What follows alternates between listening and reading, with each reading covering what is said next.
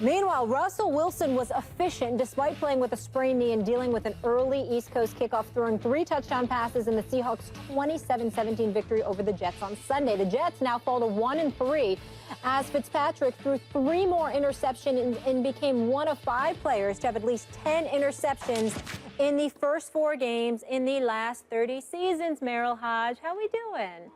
What's going So on? good to have you. I feel like I'm in a hot seat right now. No, But I like this seat. not at all. I like this seat. No, For a couple reasons we'll get into. You own that seat. I've been able to pick this man's brain in like 15 years when I used to run into him in the hallway. That's right. Good to see you. Merrill, I do want to start with you. Is it time for Geno Smith?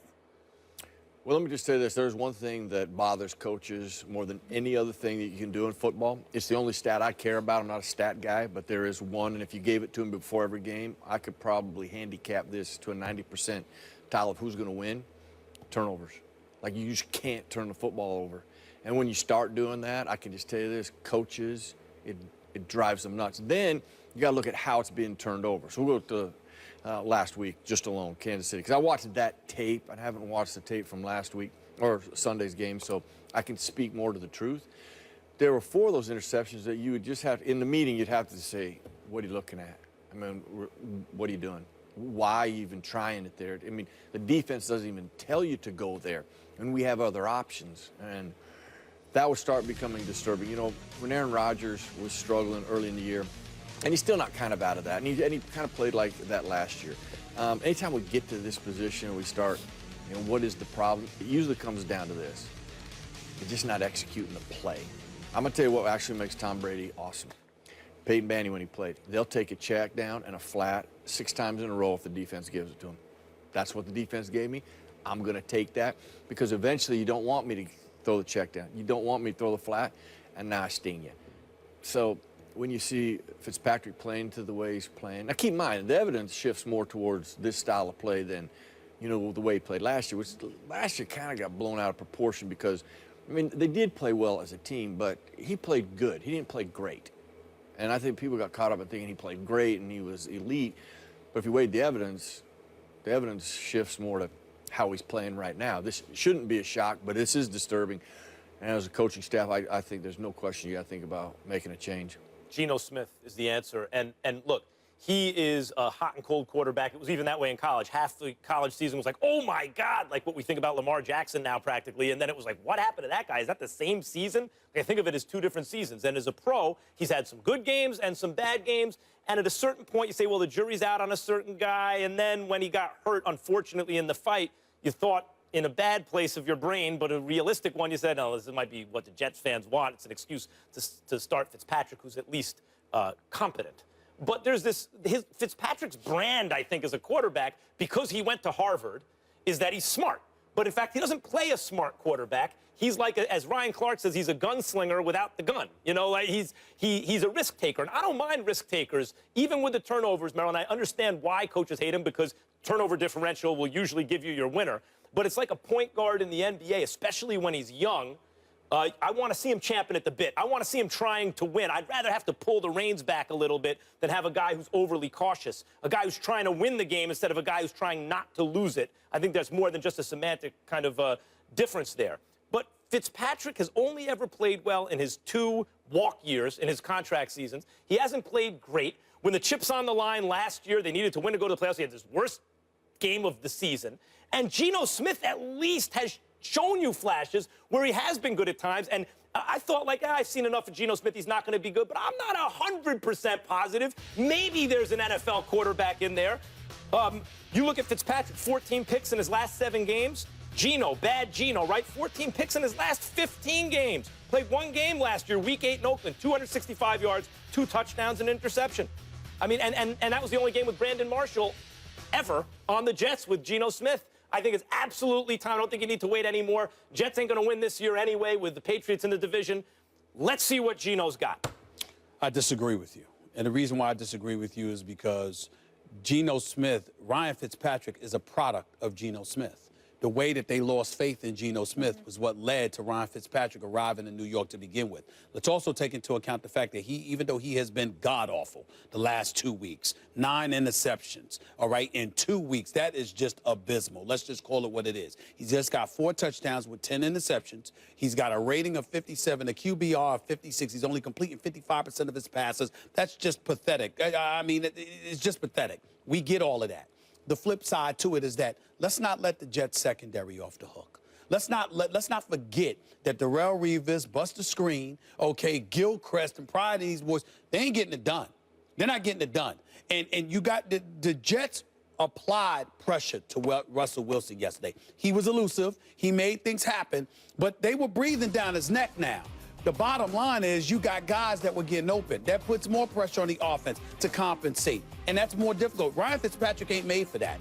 He's just not made for that. We can't ignore what we're seeing on the other side of the ball for the New York Jets. We also have to remember that Geno Smith, even though I think he's got promise, he's got a chance, rather, to have promise, I think that it would be better if it was somewhere else. New York is so down on Geno that the second he goes out there, his 1 interception is tantamount to the 10 that Ryan Fitzpatrick throws. No one has faith in him in the Big Apple. You know what the last thing he did? No. When he last start he had, Week 17, yes, 2014, was his last start. 1 game. Was his last start. Yep. 358 yards, 20 of 25, 3 touchdowns, no interceptions. I'm just saying, like, when last seen in action, he was good. It's 1 game. But you know what's going to happen the next time he starts? Yeah. No, you don't. He's going to probably have right. Maybe. But we do know with Fitzpatrick Wait, it's 2 games, Max. Here's how I look at both. What's kind of interesting, you mentioned Fitzpatrick's best years. Do you know what was the cog to all that? Chan Gailey, the offensive coordinator, who is there now. So what is interesting is how Chan Gailey is in this meeting deciphering this, because he is seeing the worst of Fitzpatrick right now, where he's been able to manage him out of that. So actually his thought process and his input is probably going to be the difference in this. I would think that he's going to favor Fitzpatrick. I think he stays there because the evidence is clear on both of them. They are what they are. Geno Smith's not going to change. He's been like that throughout his college year, into the NFL. That's who he is. He's never going to change that. He will be just inconsistent. You have to accept that. Fitzpatrick, what I'm saying is, do you have a little hope, to your point, in that Chan Gailey's like, hey, listen, little hope. I can clean him up. Here's what we got to do. I got to have a heart-to-heart and a man-to-man thing. Yep. We got to start doing this from here on out. Here's our staples, and we're going to build from here. We got to get you back on track. Also, remember, they're not running the ball that effectively. At least they didn't do so yesterday. And I love me some Todd Bowles, but defense is his signature. If you're going to lose, you can't have problems on the defensive side of the ball. If you're going to lose anyway, at least do it with someone who may have a future. You know what Fitzpatrick is for sure. We don't know 100%. You could argue neither one of them have a future, but let me just say this: they did get out coached. Yeah. Because I would tell you this: Seattle offensive line was as bad as they've been in 2 years. Keep in mind, especially on the right side. Right. And you know what they did? They did schematics to get rid of the football quick to neutralize. Got it. Got out coached too. We got to leave it there, guys. Speaking of quarterback questions, Merrill, I cannot wait to hear what you have to say about our next subject. Andrew Luck, he ain't so lucky as of late. So I can't wait to hear this. Max's pick for MVP? What? Stick around for his defense of that statement coming up next. I think the Colts are going to win the division. I think the only real weapon they have on either side of the ball is Andrew Luck. I think he's going to get credit for that. Win or lose, it's going to be a one-man show all year, and I think voters will give him credit so long as their record is decent. I think Luck will get them to the playoffs, put up monster numbers, and will be the leading candidate for MVP. Max in black and white. He had Andrew Luck as his MVP before the season, but the Colts dropped to 1-3 after losing to the previously winless Jaguars in London on Sunday. Luck led Indianapolis on 3 fourth-quarter touchdown drives, but wasn't able to complete the comeback. He finished with 234 yards, 2 TDs, an interception, and was sacked 6 times in the loss. Max, does Luck still have your MVP vote? If the MVP was given out today, it would go to Matt Ryan based on what's happened so far. If you want me to make a prediction, I'm not going to back off Luck yet. In spite of the fact that his team looks terrible and he is being criticized unfairly, I believe, although Merrill will clean us up on this. He'll adjudicate after years what Stephen A. and I have to say. I want to say something quickly. First, I'll give you some numbers, and then I want you to do a little thought experiment. The running game. Colts are 18th in yards per rush. If you take out rushes by Luck himself, they're 27th. He can run the football. He's still, despite the fact that he is one of the worst offensive lines in the NFL, no running game, and no defense. He's 24th. The defense is 24th in total defense yards allowed and 30th in points allowed, okay? In spite of all that, his QBR is 9th overall in the NFL. He's the second most pressured quarterback in the league, and he's 9th in total QBR in the NFL. And the Colts have 9 drops, which is the 3rd most in football. And he's still 9th in total QBR in spite of everything I just told you. Here's the thing, and by the way, that division, who's running away with it? They think the Texans without J.J. Watt are some world beaters, and everyone else is 1-3, just like them. Here's the thought experiment I want to ask you to do. You think if the Falcons could start next season or in the middle of the season, you got to learn the playbook and everything, and they had a chance to swap right now, straight up, Matt Ryan for Andrew Luck, they wouldn't? Who wouldn't you trade for Andrew Luck? This guy is doing this, putting up those numbers, and by the way, when he took over a 2-14 team, 11-3, 11-3, 11-3, with nothing around him. He and Cam Newton have both, Cam Newton this year, it's back to what it was, become underrated quarterbacks because they have nothing around them, and the whole game plan of the other team every single week is stop that guy, and still they can't stop that guy. If you look at the losses this year, they were in that Broncos game late on the road. Everything else has been a one-score loss. Yes, I think Andrew Luck can still win the MVP this year if the Colts make the playoffs. I think you're smoking something. And the reason why I think you're smoking something is because you're not thinking about 2 key things going on here. Number one, like you pointed out, but you didn't delve into it deeply enough, all the deficiencies that are around Andrew Luck, whether it's an offensive line, whether it's the lack of a running game, whether it's a defense that's highly suspect, whether it's Pagano and Grigson and their relationship and their ability to come together. And when are we going to talk about Grigson? Because I do understand that Pagano's the head coach, and he has to take some hits, particularly with a defensive background, with there being so many questions about their defense, particularly the first couple of weeks of this season. But then we have to think about Grigson, and we have to think about Irsay. Irsay is the guy that decided not to get rid of either of them, to bring them back together, to have this whole big celebration as if that, you know what, we won the Super Bowl championship, and now we're not going to sabotage. On we're going to keep long-term everybody. deals. We're going to keep these guys together, okay? What has Grigson done? There have been, you gave up a first-round pick to acquire Trent Richardson. Let's not forget that, okay? That wasn't the only mistake that he's made. He's made others in free agency. He's made others with the draft. He finally went the right route in drafting Kelly to improve your offensive line. But it's 5 guys that play that position. One guy ain't gonna be able to do but so much. At the end, Merrill, my position with Max has always been this. You're talking about Luck because you're thinking about Luck's greatness.